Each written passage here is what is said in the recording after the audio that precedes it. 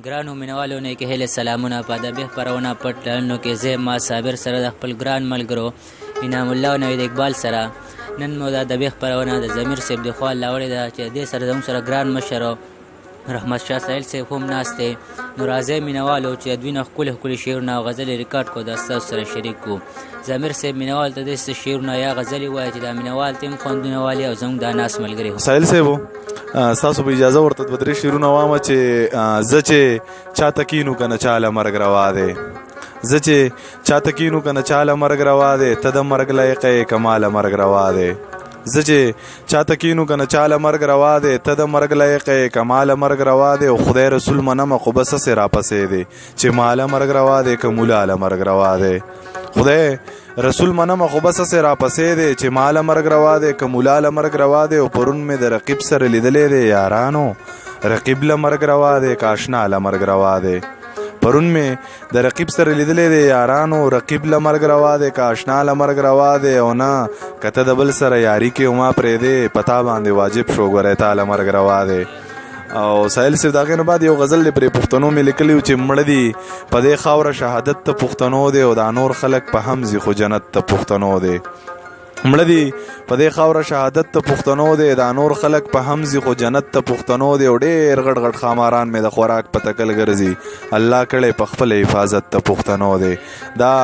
نه وایي چې وخوره دغه ست ته پښتون نه دی راځه چې وخورو ګرانه دغه ست ته پښتنو دی او راځه دا مزې کې د ستا جدا زما جدا شوه تا ټول عمر له کړی سیاست په پښتنو دی راځه دا مزې کې د ستا جدا زما جدا شوه تا ټول عمر له کړی سیاست ته پښتنو دی او د خور په سر صادر د مور برقه خو ضروري ده دا پال د پښتنو دی دغه پت د پښتنو دی د خور په سر صادر د مور برقه خو ضروري ده دا پال د پښتنو دی دغه پت د پښتنو دی او پښتون یم ضمیره پښتانه خو زه که ستا یم پښتون یم جما کړی صفت د پښتنو دی. او زما غزل کما لیکلی زه پې ښه پوهېږم زما غزل به د سایل د مخې سانه اغسته دا شعر د سایل صاحب ته ډالۍ او د هغې نه بعد یو دوه شعر درته نور وامه چې بیا در نظم اجازه تخلمه چې وختینې کم یو چې خوب مې لیدلی په خوبونو پسې اور بلیدو زما په ټولو ارمانونو پسې اور بلیدو د پښتنو د باغ مالیار به باغ له څنګه راشي په پېښور کې په ګلونو پسې اور بلیدو چې سپین رښتیا مې ورته وویل نو انجام یې ګوره ځکه مې نن په تصویرونو پسې اور بلیدو ملا صاحبه چې د دغه خوب تعبیر وسو تنې پرتې وې په سرونو پسې اور بلیدو ستاسو په ښار خو یې لوګې قدرې درغلی نه دی یو پښتونخوا و په کلونو پسې اور بلیدو د اختر ورځ و ژړا د هدیرې نه راتله څه په زړو زړو یادونو پسې اور بلیدو ضمیره څنګ یې لیونې نه کړې او مړ یې نه کړې چې ته ولاړ وې او په شعرونو پسې اور بلیدو. ټیک شو جي هغه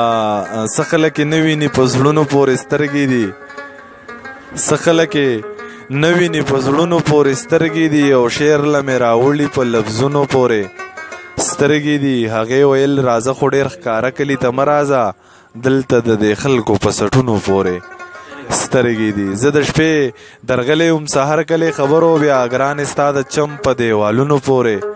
سترګې دي او سترګې که یې ولیدې زمانو بیا به هېڅ نه وي مړې بس یوازې ستا په روڼو پورې سترګې دي او هغې ویل ضمیره تا ویلی دی ما واورېدو هغې ویل ضمیره په شعرونو پورې سترګې دي. ټیک شو جي مهرباني مهرباني جي. ګرانو مینوالو دا و زموږ سره ضمیر صاحب چې دوی خپل کلامونه ووایي نو امید لرم چې تاسو به ترې خوندونه اخیستې وي انشاءالله په راروانه ادبي خپرونه کې بیا ملاقات کېږي چې چېرته هم یې نو الله هم خاص ساته آباد ساته لوی الله په امان.